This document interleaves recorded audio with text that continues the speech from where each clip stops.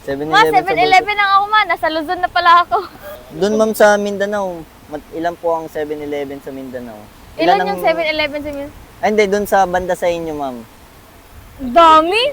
Meron na po kasing bagong pagpapaalam. Alam niyo po ba kung saan? Ano? Sa Bulkang Mayon, sir. Meron ng 7-Eleven sa Bulkang Mayon. Ayos din ah.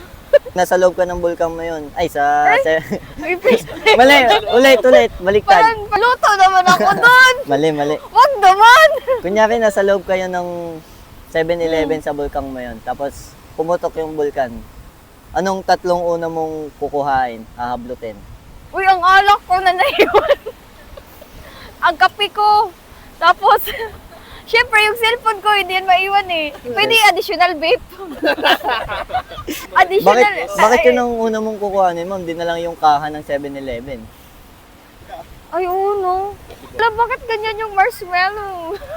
Bulkang Mayon po yan. Ay, Bulkang Mayon. Puting kwek-kwek po. Ay, kakabulkag mayon mo eh.